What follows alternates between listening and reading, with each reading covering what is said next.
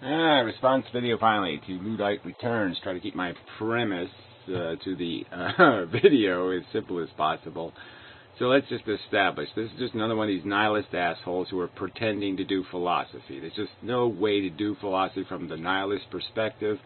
It makes no sense. If you're just going to argue some kind of subjective perceptions of reality, then that's just nonsense. No point in arguing who's better, Superman or Batman. That's what it comes down to. And he's calling us immature or unrefined in our philosophy, and yet he's the idiot, thinking that anybody would need to listen, anybody with a brain or intelligence would have any point or purpose in listening to an argument between who's better, Superman or Batman. I mean, it would be idiotic. It would be like playing in a sandbox with a 5-year-old with your own poo. I mean, it's so infantile, so immature, so unintelligent. So yeah, there's this idea. There's two competing philosophies here. There's one philosophy that says we just make it all up because we're human beings and we just make shit up. And then there's this philosophy that says, no, there's a reality in the world. We have an intelligent brain. Our brain models reality. We understand relationships between things. We identify things as their function. We label them with properties. We use words to define categories, like the category 7 exists as a category. Only things that are 7 fit into the category. They have to have the property of 7ness to fit into the category.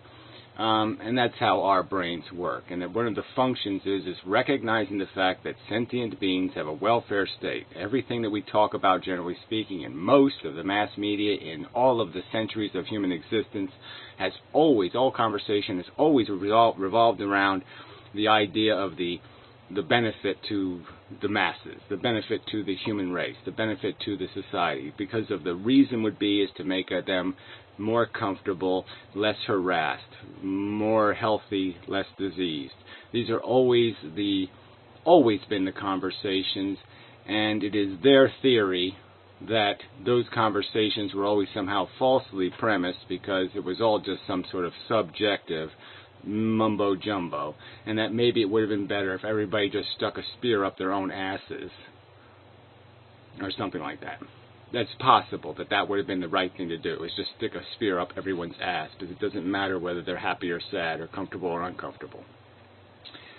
Going one step further, my contention is that they haven't even come close to arguing with the premise, the philosophical integrity of taking their mumbo-jumbo nonsense, their confusion, their ramblings, and saying, no, let's just figure out what the quanta is. Let's figure out what the E in the E equals MC squared thing is.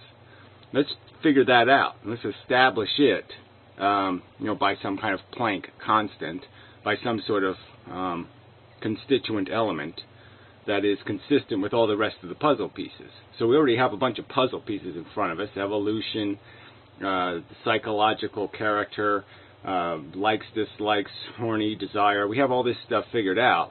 I mean, we have them sort of established as realities, and now we just need a mechanism to make that all tie together. And the Planck constant, I would argue, that we're proposing is that there is this basic feeling state, that every 5 seconds of our life, or 4 seconds, or 2 seconds, or every millisecond, we are in a feeling state. And that it is better for sentient creatures, feeling state creatures, to be in a positive feeling state when possible. So only when it is necessary to the purpose of accomplishing some greater saving of the negative state would it be reasonable to create or have maintained a sentient creature in a negative state. That there is no purpose in having unnecessary suffering, no purpose in randomly sticking spears up anuses, because it would accomplish nothing good and just create this negative reality of sentient creature in distress.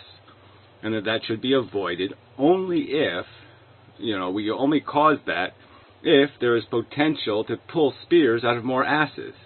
So by shoving a spear up one ass, you can save a bunch of other asses from spears, then that might be a rational thing to do.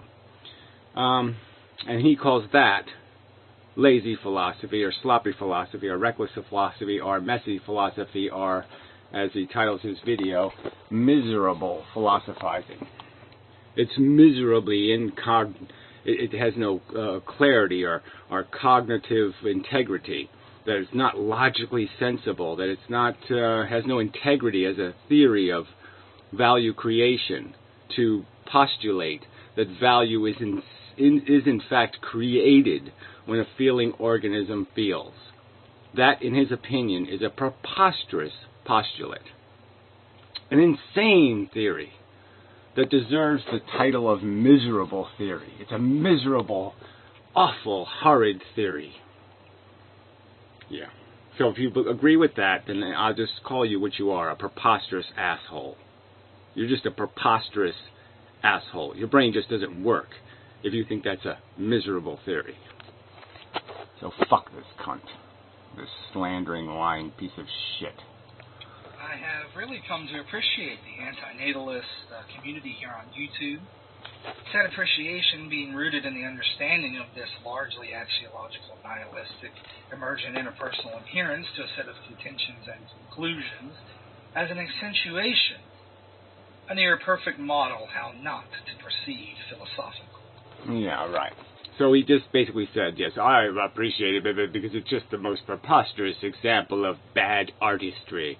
It's bad carpentry to talk about the wood and the nails and the hammer and the mass coefficients. That's bad carpentry. Real carpentry is you just make it up. Elmer's glue. No, fuck you. What could be a vibrant, rich community inviting to internal critique, fostering philosophic refinement and advance, has instead devolved into a communally enclosed pandering. Oh, whatever, pandering. Okay, so again, this somehow that's a cult again. We're back to this bullshit that nobody could understand it and say, yeah, that sounds really good. No, instead it's all driven by some sort of rooting for the team with the brightest orange uniform or some other mockery, where this guy's just talking from the board. Status quo, traditional, religiously formed, theology-driven tradition, and wagging his finger as if he has some sort of, that he's capitalized and owns the truth. Quite preposterous. Indeed, entire channels dedicated to slobbering over like minds, axiom truth conflation, disposition metaphysics inflation, and yeah, whatever. No backed up accusations ever. So just a slandering potty mouth, okay, using his eloquent language as a cum rag, something he comes on and wipes it on the wall or something. You're a disgusting, debaucherous, insulter of the beauty of philosophy. You are the molester of philosophy. To use this eloquent language to say slanderous and slutty things you can't back up with anything. That's it. You're just making false, unsubstantiated, indefensible accusations. You're just a slandering weasel. You're a weak, petty weasel who has to resort to eloquent language to slander other people because you don't have an argument.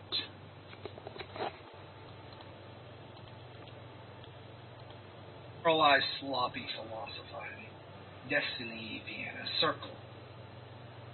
Accusations made, now I shall expound. Yeah, you'll expound. You'll just pile on more accusations without defending any of them with a direct quote, a clip of a video, nothing.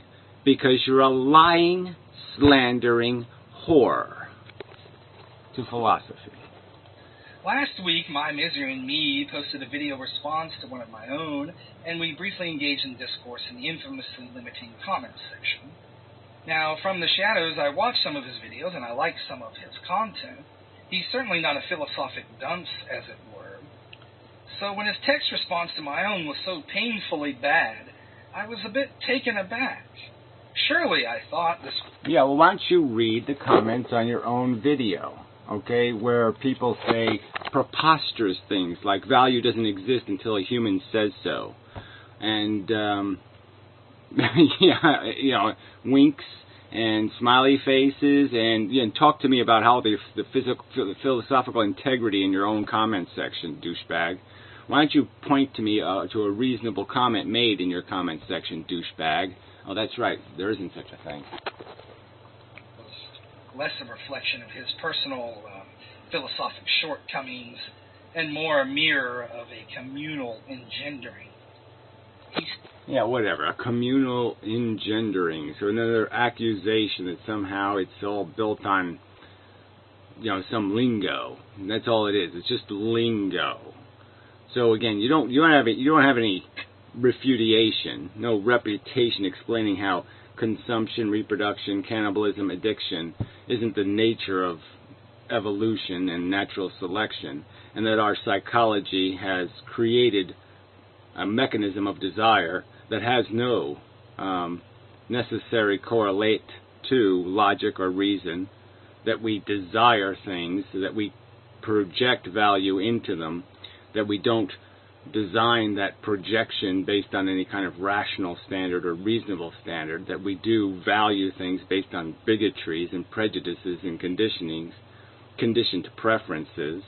These preferences have no correlates to anything we could understand to be real values. They're just tied to how we developed in an organic environment where it was necessary to survival to be an asshole, a selfish asshole.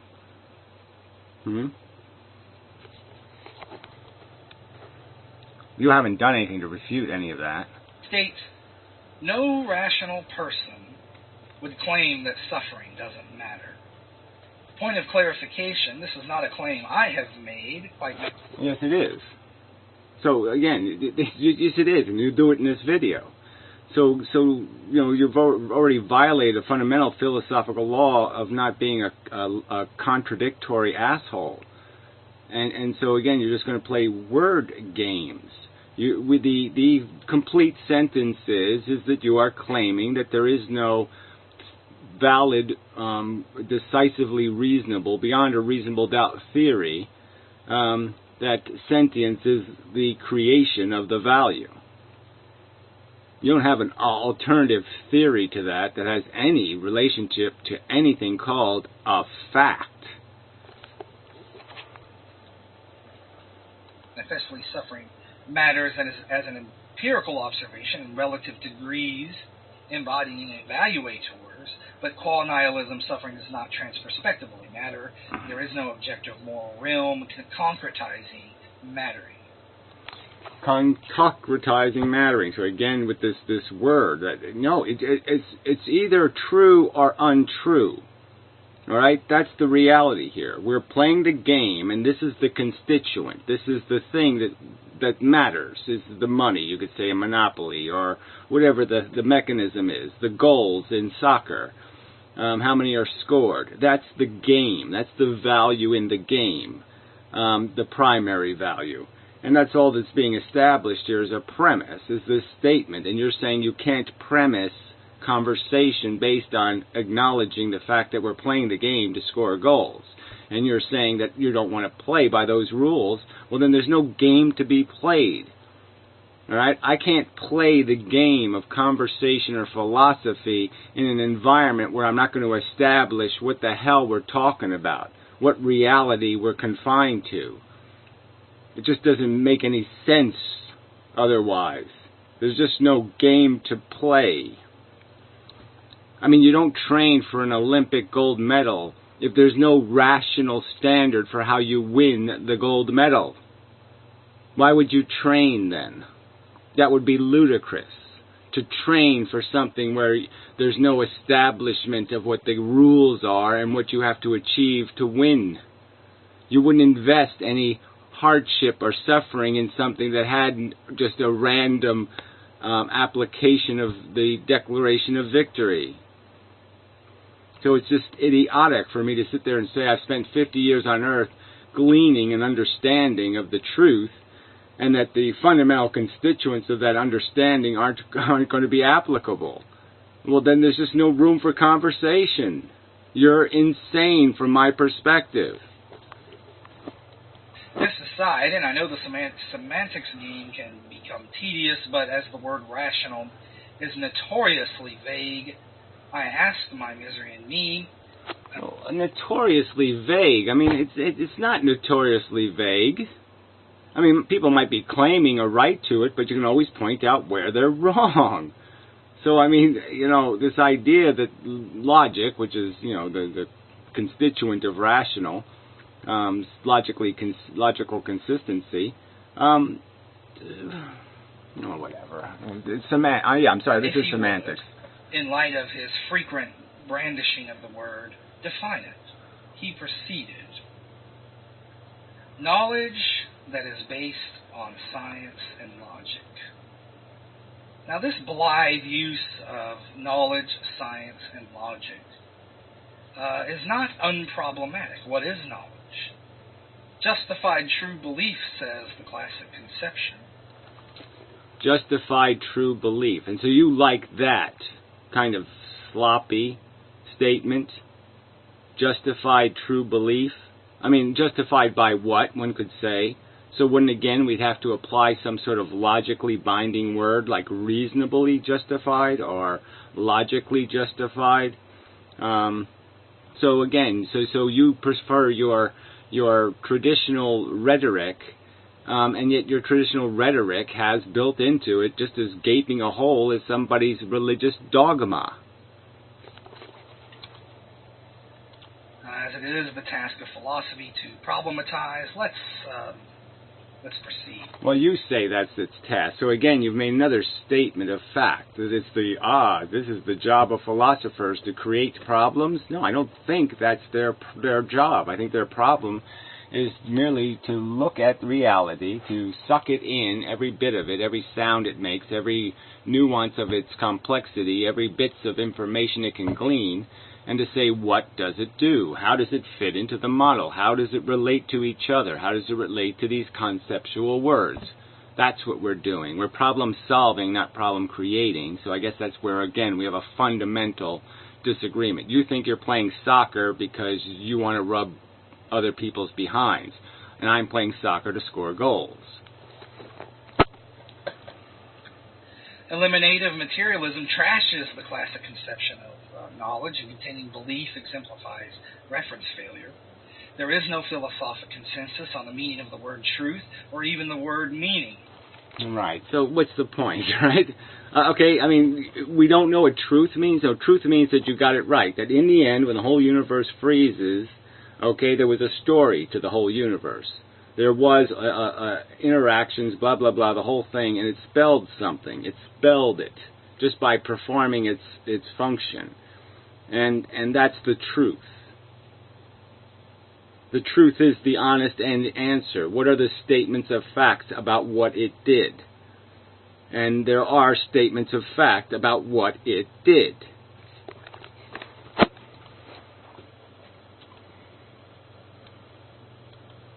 Only so many competing antinomies. Intuitive plausibility existing on both sides of a numeral demarcation lines. Intuitive. So again, this is the philosophical high language. A word like intuitive. This is philosophical high ground. You're going to call that not miserable philosophy using a word like intuitive? Oh, magical God sense. Is that it? Spidey sense? Yeah. That's philosophy. I got Spidey sense says so. That's being a philosopher. Sorry. No sale.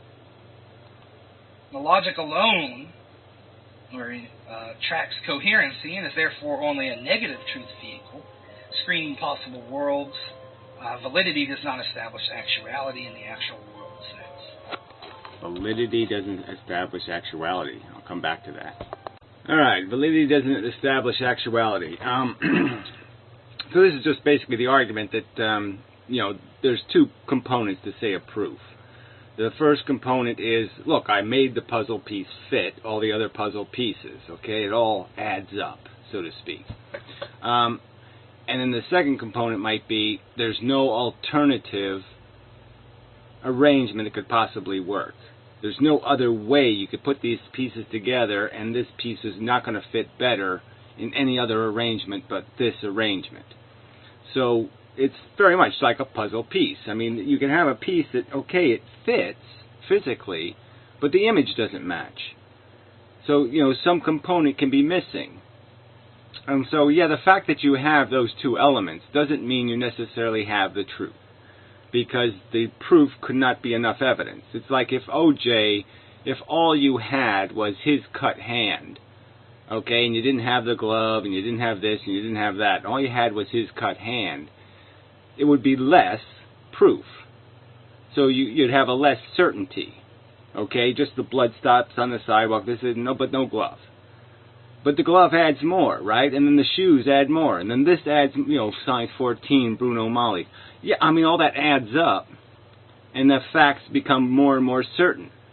But so no one's establishing this and saying, this is the truth and it has been established beyond the most preposterous contention ever invented. No, it's not proof beyond the most preposterous alternative theory you can make up, but against all real cognitive relevant things to this puzzle, this is solid. We have a lot of pieces, we have a lot of connections, and that's the argument being made here. So again, now you're just straw manning with this vague idea that you can say all evidence in all trials is not sufficient because it's not absolute. That's what you're basically saying here, is that you could never have a trial, you could never convict anybody because your evidence will never be guaranteed against preposterous UFO flying saucer invaders. And that's not the standard. It just can't be the reasonable standard. The reasonable standard's got to be, it has to remain somewhere in this bubble of the realm of reasonable speculation. If your counter theory isn't in the bubble of reasonable speculation, then it's got to be called the truth.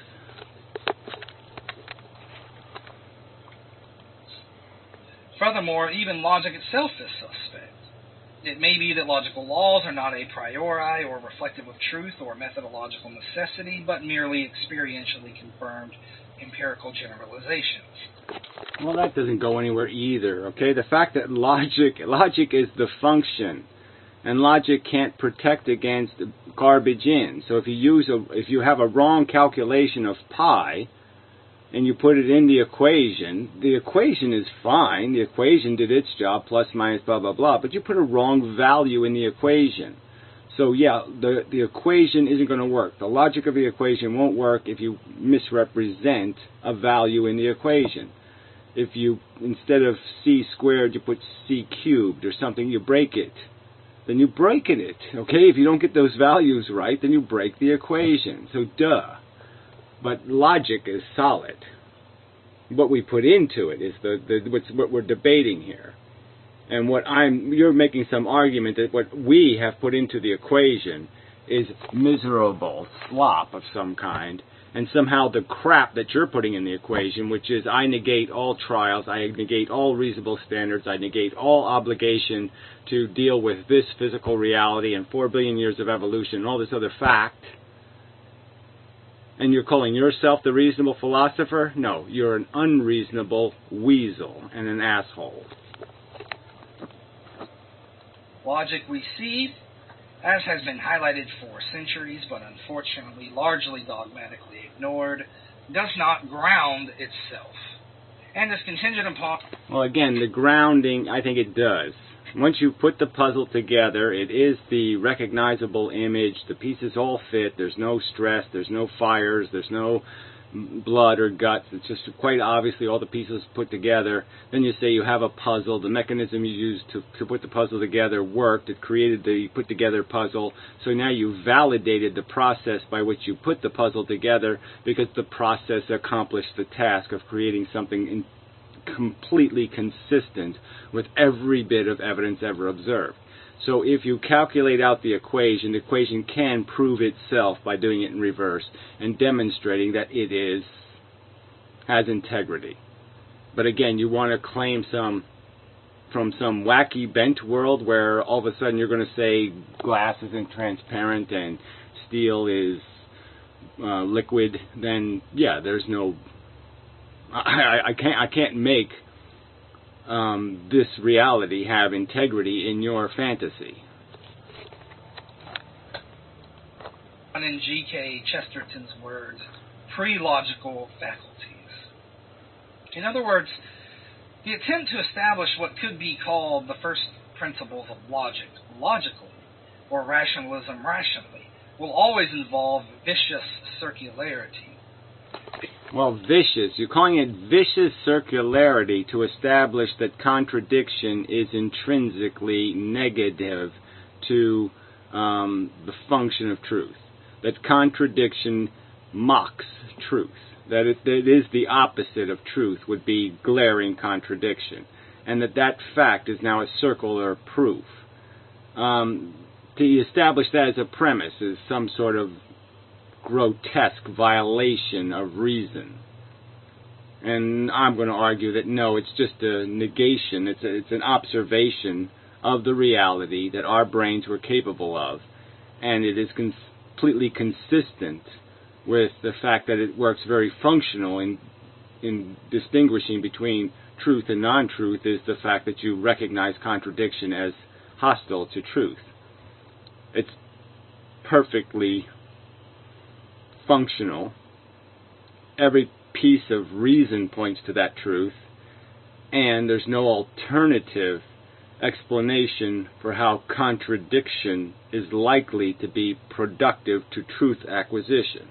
So you don't have an alternative theory of the crime. Every bit of evidence points to the definition of what you state is the truth, and in the end, what you created is a puzzle that is substantially consistent. There's just no flaw in it, no recognizable or detectable minimization. It doesn't have a bunch of gaps sitting there saying, but what about something maybe? You don't even have the something maybe. For example, it's question begging to establish the law of non-contradiction via contradiction, and the denial of the law of non-contradiction, as this merely presupposes itself as its own proof. Classical bivalent logic, operating within the supposition that there are only two truth values, is rapidly undergoing revision, even supplantation. Right, whatever. So this isn't miserable philosophy. This kind of convoluted, let's pretend that water isn't wet, that we didn't identify the properties of wet, call them wet, and do it because we used water as an example of what creates that property. So let's say that somehow that's self-justifying, when what it really is just recognizing that these are the properties of wet. We saw water do the wet thing, and that's how we established water's connection to the wet thing, and that somehow we've committed a crime by doing that. I don't think there's any crime against logic at all. We've merely established that this is a category that's ripe for creation. Wetness. It's ripe. It's ready to be picked. That's a good category. It's rock solid category. We can throw shit in that bucket. Sorry. But it's miserable philosophy to think water is absolutely wet because we actually used water as an example substance to create the word wet. As bivalency gives rise to nasty little things like Russell's paradox, per naive set theory, Thorite's paradoxes, and self-reference paradoxes or liar paradoxes. Well, whatever. So isn't that wonderful? So he lists 5 paradoxes. The presumption is the average viewer of this video are going to know that, and we know that what 9 out of 10 aren't, 99 out of 100 aren't, 999 out of 1,000 probably are not going to be aware of all 5 of those paradoxes.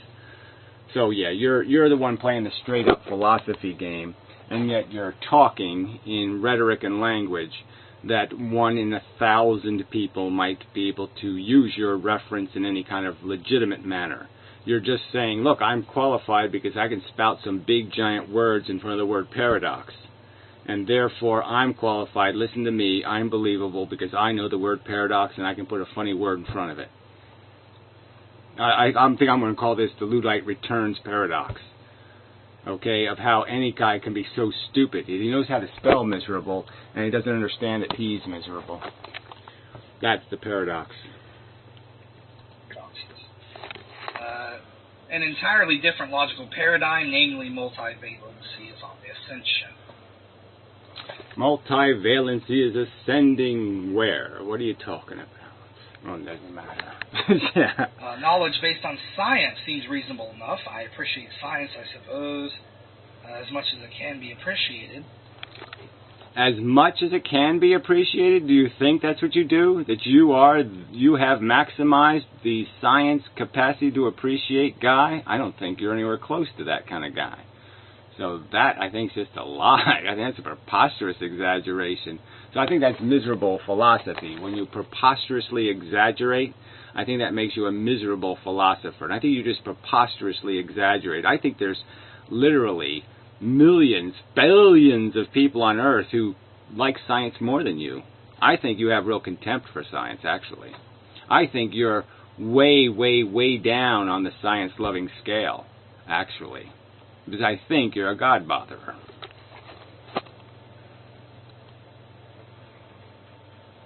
But even here, we are not on unproblematic grounds. One immediately runs into the demarcation problem, the problem of the undetermination of empirical evidence. The undetermination of empirical evidence.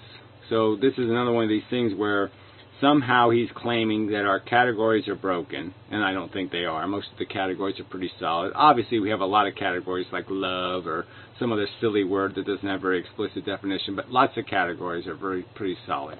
Black, white, blue, red. These are solid categories. Lots of good categories out there. So this whole accusation that we don't have the categories to play the game with is bullshit. The ever-existing war between the instrumentalist and the realist, paradigm incommensurability, empirical adequacy versus truth, and so on. Empirical adequacy versus truth. I mean, there's a contradiction there? I mean, that's just saying somebody says, well, the evidence has to be really strong, and somebody says, what, it has to be absolute? I don't even know what the dividing line is there. I mean, again, you mock the idea of a reasonable doubt standard, that there should be some standard of proof. But again, this isn't even an argument that needs to establish that, because basically what the argument's being made here is there is a line you are on, a side of a fence on this stuff. And you can either, if you're going to argue about the category, we were talking about value as an existent, and that it having a quanta, a component that makes the value, then you have to have a counter theory. But just this idea of you saying no, that's all you're doing. You're just saying no, and no is useless. So you can't mock the integrity of something on the other side of the fence when you on your side of the fence can provide absolutely no evidence why anyone would go on your side of the fence. There's absolutely no reason for anyone to go from understanding the idea that, well, yes, suffering does suck, to going into this idea that, no, suffering doesn't exist. That human beings just declare it, but the declarations don't mean anything. Yeah, sorry. No. At minimum, my misery and me's definition of rational is disastrously simplistic. But you're not going to provide any alternative definition, so fuck you, silly asshole. But let us continue to the latter half of his definition of rational, and which takes account of the value of suffering as gleaned through personal experience and observation. Notice what he's done here. He's incorporated the very point of contention definitionally to negate the validity of a contraposed ontological theory. This is clearly fallacious. Our conversation continued. How can you jump over that one? All right, I mean, I can see where you can say, let's contest that issue, but to sit there and say that, just to sit there and say out of hand there's something wrong with saying that we personally experience sentience, So that's one huge packet of evidence. We see it function in the rest of the world and all the other animals that have mammalian or blood-fed brains. So why are we... That evidence seems demonstrative. It doesn't have any... I can find no rational recourse to avoid the conclusion that my brain is brain, my brain feels, I can taste it, the feeling, and that I have no reason, no rational reason not to suppose that it's happening to all the other things that are doing exactly what I'm doing, that fit in all the categories I fit in. And one of the categories they fit in is sentient, also capable of being harmed.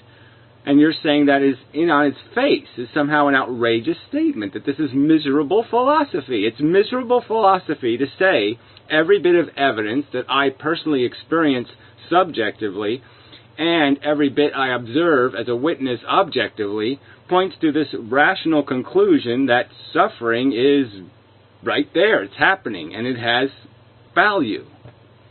It means something. I'm sorry. Yeah, my brain just said, "What are you doing, Gary?